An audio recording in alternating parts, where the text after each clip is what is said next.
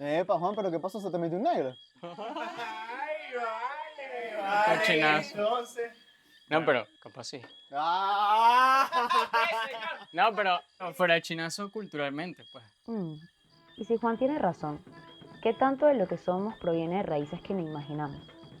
A veces pensamos que la historia solo está en los libros, pero también se viven en la música, en el ritmo, en el cuerpo. ¿Qué tanto de nuestra herencia siempre ha estado ahí, en la comida, en nuestras palabras y en los gestos, y no lo hemos sabido ver?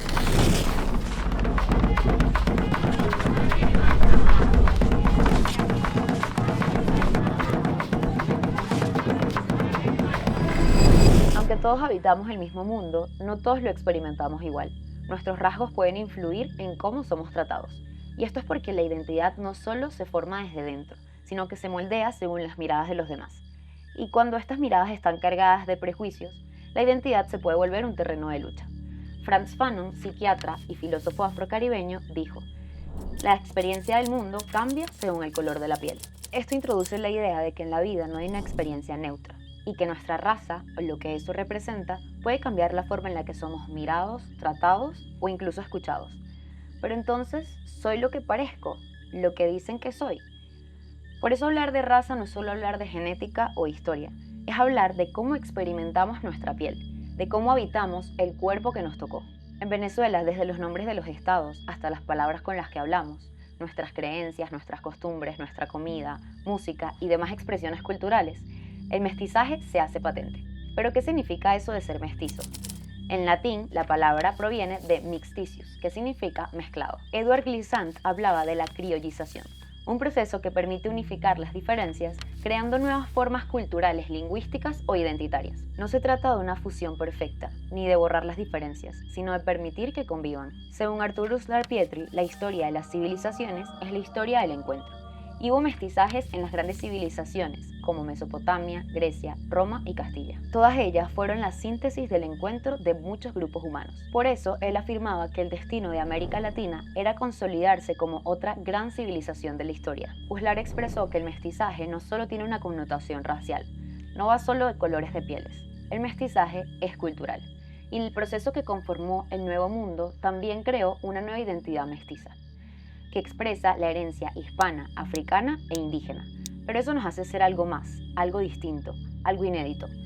Uslar escribió que eso es producto de la impureza creadora del mestizaje. Para Uslar debemos hacer honor a nuestra identidad mestiza, encontrando nuestra propia personalidad como un pueblo en medio de nuestro barroco, contradictorio y mezclado panorama. De esta manera, la identidad mestiza ha sido un reto, un crisol a veces problemático, pero que desde la independencia no hemos sabido concretar. En palabras de Uslar, una hazaña de renovación y renacimiento cultural similar al que en su tiempo hizo Roma o hizo Occidente. Pero, ¿será que eso todavía es posible? En una sociedad que sigue siendo en varios aspectos racista, esa visión del mestizaje todavía parece una promesa por cumplir. Una mezcla que todavía no podemos potenciar y conciliar. Además, en la era actual es más fácil copiarse de las tendencias y estilos globales que encontrar una expresión propia. ¿Cómo vamos a entender quiénes somos si no comprendemos nuestra raíz? Creo que debemos seguir indagando en nuestra historia para conocernos mejor.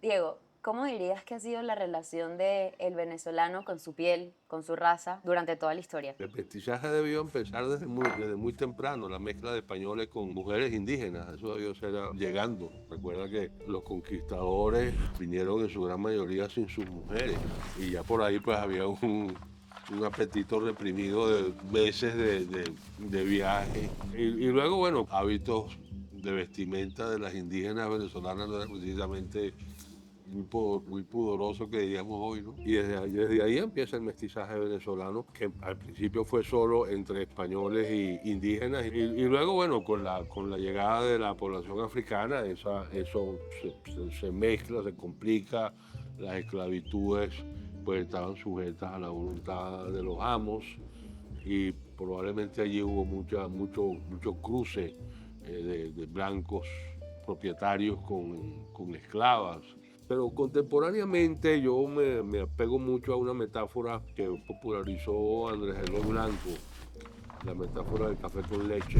Decía Andrés Eloy que los venezolanos somos todos café con leche, uno con un poquito más de leche y uno con un poquito más de café. En los extremos están poblaciones pura sangre africana y posiblemente sectores de la población puramente blancos, aunque esa gradación racial seguramente dio lugar a formas muy sutiles de discriminación, ¿no? También hay que tener en cuenta que, y esto es importante como una característica venezolana, que aquí no hubo clivajes como con el tema indígena, como lo puede haber en Perú, en Bolivia, en Ecuador, donde el indígena y lo que llaman el ladino, el blanco, están separados realmente por unas barreras mucho más rígidas.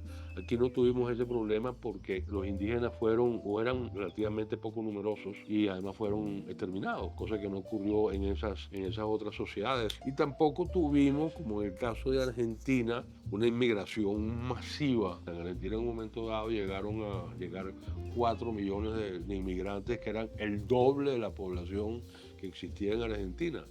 Llegaron inmigrantes italianos, españoles, portugueses por carretadas. Eso aquí no lo hubo. Aquí la inmigración primero fue proporcionalmente menor y luego se produjo mucho más tarde, ya en la década de 1950 en adelante. Esto que estoy diciendo de Argentina ocurre a principios del siglo XX. Entonces tenemos esas características que permiten ni el clivaje indígena, no indígena, ni masiva inmigración europea en un momento dado, concentrada en muy pocos años, hace que lo nuestro haya sido como mucho más gradual y haya dado lugar a esta gradación del café con leche al que me refería, ¿no? ¿Y esto cómo ha influido en la conformación de la identidad, desde ese momento de la historia hasta la modernidad? Los venezolanos presumimos de ser un pueblo más igualitario que los demás, sobre todo los venezolanos de estratos más elevados presumen que ellos son más igualitarios que las clases altas de otros países, cosa que tiene algo de verdad, pero habría que preguntarle a uno de los que están en los estratos inferiores si ellos lo sienten así, ¿no? Pero sí, yo creo que Venezuela, el igualitarismo venezolano, que además un tema que no he mencionado, que son unas batidoras que intensifican todo lo que he estado hablando con la guerra de independencia y luego la guerra federal, con todas las pequeñas guerras que hubo entre medias, ¿no? Que fueron dos factores de mucha igualación. Entonces el igualitarismo venezolano es una realidad relativa, no hay que exagerar, pero comparativamente con otras sociedades latinoamericanas, yo creo que la sociedad venezolana tiende a ser más igualitaria en ese sentido, en relación a ese tema del trato entre las distintas tonalidades de piel, ¿no?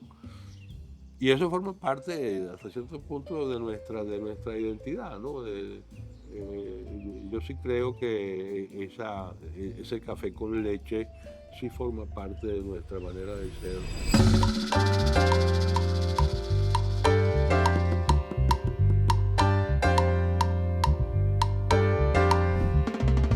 Aunque nuestra historia es importante, lo cierto es que no hay mejor manera de descubrir esa mezcla que nos hace únicos que preguntándole a la gente. Bueno, la verdad es que nos cansamos de la ciudad y nos venimos a hacer grounding. ¿Me puedes describir cómo crees tú que es el venezolano promedio? O sea, ¿cómo se ve en apariencia? Moreno, yo creo que la mayoría nos consideramos morenos.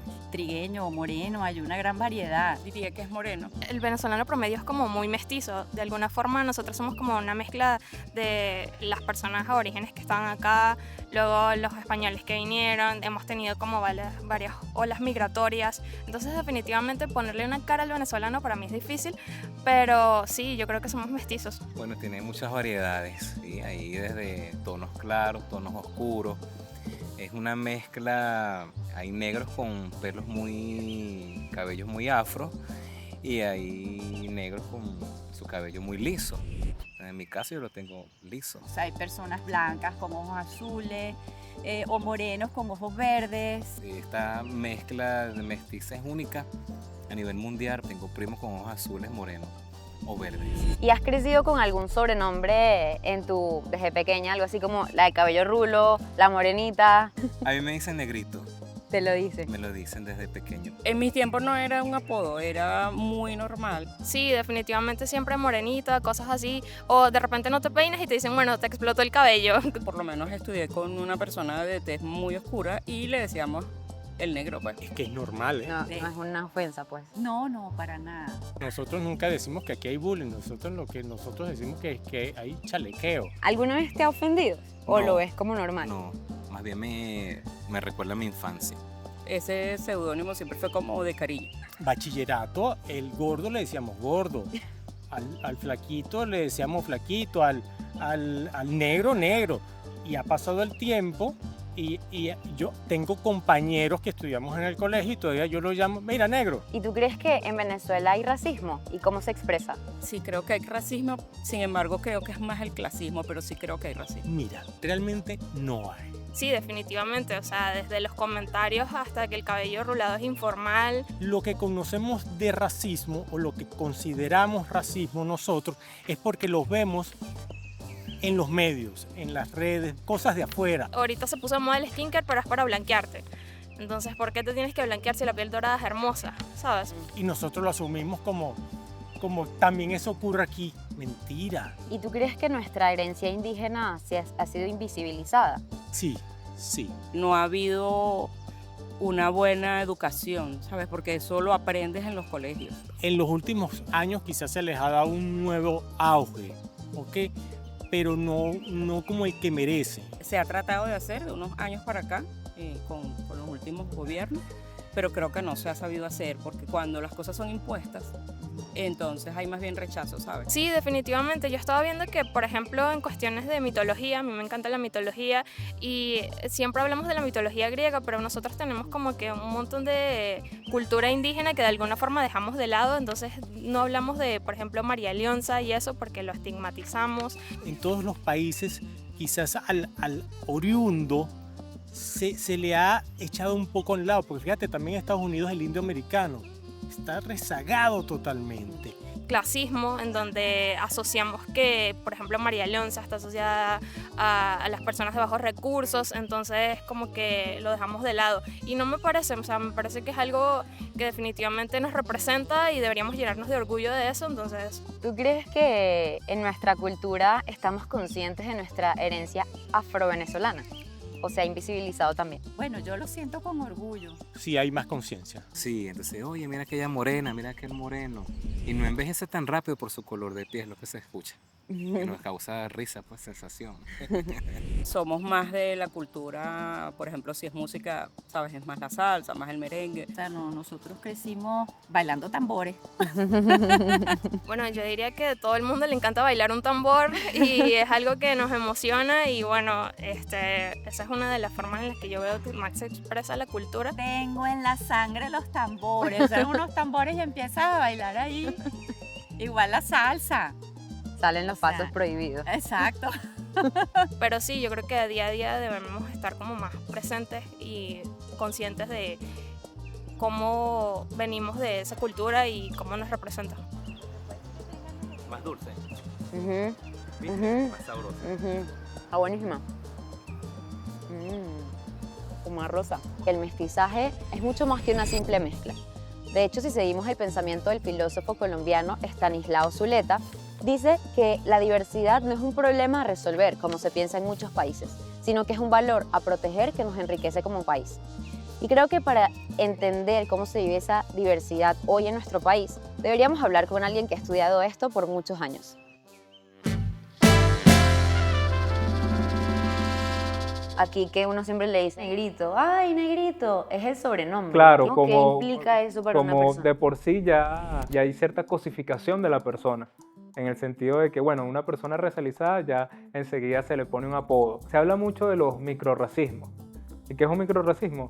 Bueno, aquellas actitudes que no rayan en la violencia, pero que sí son actos discriminatorios, que eso tiene un impacto en la salud mental, que eso tiene un impacto también como la persona se autopercibe, cómo se entiende esa persona dentro del mundo, y es algo que no está en la cotidianidad de los adultos nada más, es algo que empieza desde la niñez. ¿Y cómo se decanta esto? En ignorarlo o tomarlo a broma. para que de Eso te iba cierta, a preguntar. para que que si de la cierta broma es manera... un modo de Sí, mira, esconderlo. la broma es una manera indudablemente de esconderlos y que se acopla perfectamente a la narrativa oficial de lo que somos como venezolanos. Porque entonces somos mestizos y somos echadores de broma y por lo tanto todo esto forma parte de nuestra cultura y aquí no estamos discriminando. ¿Cómo el venezolano vive su raza? ¿Y cómo experimenta su piel en el día a día? Creo que al momento justamente de abordar el tema racial puede ser un poco complejo tanto desde el punto de vista histórico como desde el punto de vista técnico. Empecemos con lo último. Desde el punto de vista técnico ya no se aborda el término raza, precisamente, se aborda más el término de etnia. Y desde el punto de vista histórico es, bueno, ¿qué raza somos los venezolanos? Claramente hay un discurso, hay una narrativa que hemos tenido desde el inicio de la construcción del país, que ha sido que somos una sociedad mestiza y por lo tanto estamos compuestas por distintas etnicidades. Hay una tendencia que no es solo de Venezuela, sino de Latinoamérica en general, a simplificar lo que significa nuestra identidad cuando lo abordamos desde el punto de vista de la etnia. Obviamente que también hay un discurso oficial que por un lado te dice, ok, somos una sociedad mestiza, pero por el otro lado valora mucho más la tradición o la herencia europea en comparación a la tradición o la herencia indígena o africana. Entonces ahí hay una paradoja que lamentablemente en nuestra sociedad no hemos terminado de abordar. ¿Cómo crees que esa percepción tanto de lo indígena, lo europeo y el mestizaje ha influido en nuestro ser venezolanos, en nuestra identidad racial? Justamente yo diría que sobre todo en el siglo XIX, especialmente con la presidencia de Guzmán Blanco, se empieza a formar de manera explícita y desde el Estado, no por algo que fue evolucionando socialmente de manera espontánea, sino desde el Estado, la creación de una identidad nacional alrededor de lo que significa ser venezolano. No obstante, empezando el siglo XX, tanto desde el Estado como desde los pequeños partidos políticos que empezaban a formarse, sí empezó una reflexión sobre lo que era la identidad del venezolano. Y si bien no es lo mismo una persona que sea del occidente del país, del estado Zulia, del estado Falcón, a una persona que sea del oriente, de Sucre o del estado Bolívar, a una persona que sea del llano, del estado Barinas o del estado Portuguesa, indudablemente que hubo un prototipo o hubo una imagen que se tomó para que fuese la identidad que nos representara a todos como venezolanos.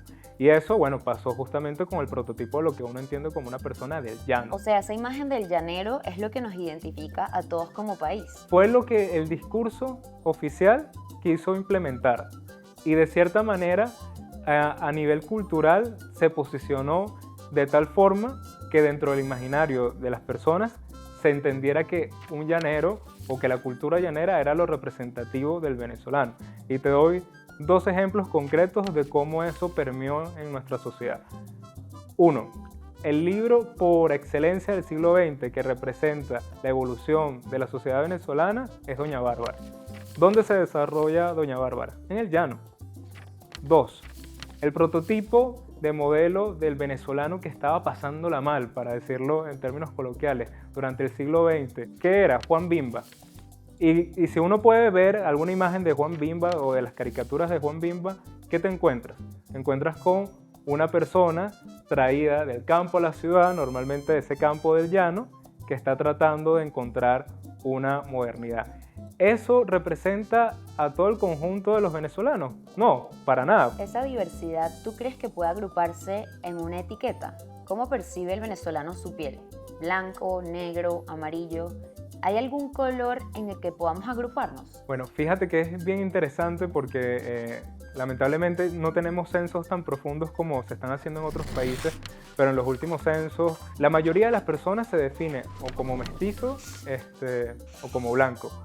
Hay una minoría que se autopercibe ya sea indígena, como negro o afrodescendiente, pero la gran mayoría se define como blanco o como mestizo. Sin embargo, a eso hay que darle otra lectura también, y es la estigmatización que pueden tener ciertas etiquetas. Y por ejemplo, la estigmatización de autopercibirse como afrodescendiente o como indígena, conlleva una serie de patrones o una serie de desigualdades que, bueno, ninguna persona quiere llevar esa mochila consigo. Por lo tanto, mientras pueda alejarse de aquellas etiquetas que de cierta manera lo posicionen en una situación de vulnerabilidad, lo va a hacer. Obviamente hay un tema étnico, hay un tema del color de la piel que es innegable, pero mientras no tengamos la capacidad, primero, de construir otra narrativa donde autoidentificarte como una persona no blanca no implique discriminación hacia ti y por otro lado no tengamos la capacidad técnica para profundizar aquello, lamentablemente todavía vamos a tener datos muy superficiales. ¿Y esa discriminación de la que hablas realmente existe en Venezuela? ¿O ha sido un modo en el que con el discurso del mestizaje hemos blanqueado esa descendencia étnica? Sí, bueno, hay una frase muy típica, todos somos un café con leche, pero hay algunos más café y hay algunos más con leche. Empieza a pesar esas diferencias. ¿Y cómo lo vemos? Bueno, lo vemos cuando subdividimos la sociedad en sus áreas. ¿Dónde están las personas racializadas? Es decir, aquellas personas que no forman parte del estereotipo hegemónico, que en este caso puede ser una persona blanca. ¿Dónde están esas personas indígenas? ¿Dónde están esas personas negras, afrodescendientes? Pero el punto máximo donde tú puedes notar que existe una diferencia étnica en Venezuela, así como también existe en otros países, es cuando tocamos el tema económico, cuando tocamos el tema de la distribución económica, donde se concentran los grandes capitales del país de hoy y de ayer, qué tipo de etnicidad tienen esas personas que ostentan la mayor cantidad de dinero o de tierras en el país y dónde y cómo son las personas que habitan los grandes cinturones de pobreza que tiene nuestro país. Cuando uno empieza a notar, a observar esas diferencias, puede empezar a identificar que sí existe un patrón. Por último, ¿cómo crees tú que podemos reconciliarnos con nuestra historia racial sin dividirnos y sin idealizar el pasado? ¿Y cómo podemos enseñar y educar a nuestras nuevas generaciones para que este tema sea de verdadera inclusión? Este tipo de discusiones lamentablemente todavía siguen siendo muy de nicho, siguen siendo parte como de un público muy académico, muy de activistas en el área étnico-racial y esto hay que llevarlo a los grandes debates en el sector empresarial, en el sector político, en el sector social, que esto sea un tema que se aborde de manera transversal en la sociedad venezolana. Segundo, es importante rescatar la memoria, porque esa es otra cosa. La memoria que hemos construido hasta el momento es una memoria muy parcializada, primero hacia una narrativa de discurso oficial muy de los próceres de la patria y muy presidencialista. Si tú quieres leer sobre la historia de Venezuela, normalmente lo que vas a leer es sobre los presidentes y sobre el proceso de independencia. Pero ¿cuál es la historia de la sociedad? Esa no la sabemos. ¿Cómo fue la historia de esta sociedad de la que hoy se llama Venezuela?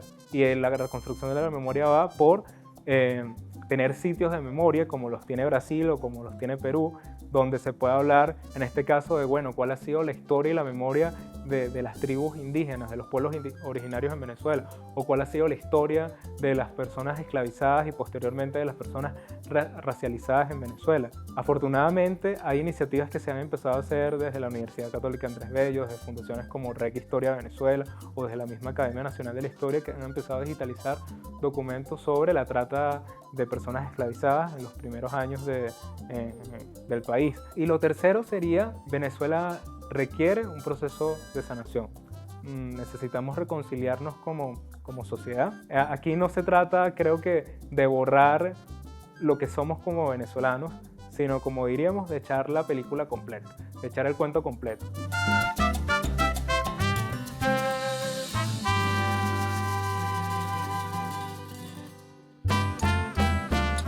Lo cierto es que no somos ni blancos, ni indígenas, ni negros. Somos eso y mucho más. Porque nuestro color de piel y nuestra cultura está mezclado con la más grande variedad de resistencia, lucha y belleza.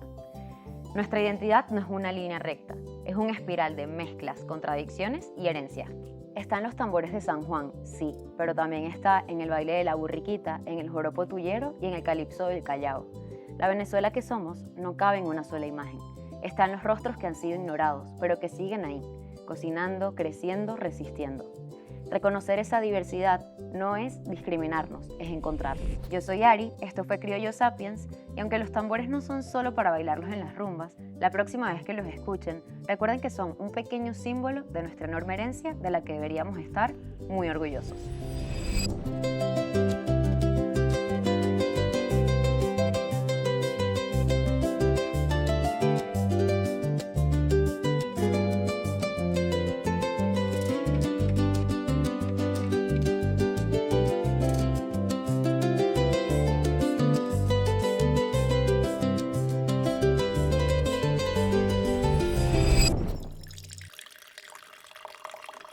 Y Simón tiene razón. ¿Qué se sentirá tener un negro adentro?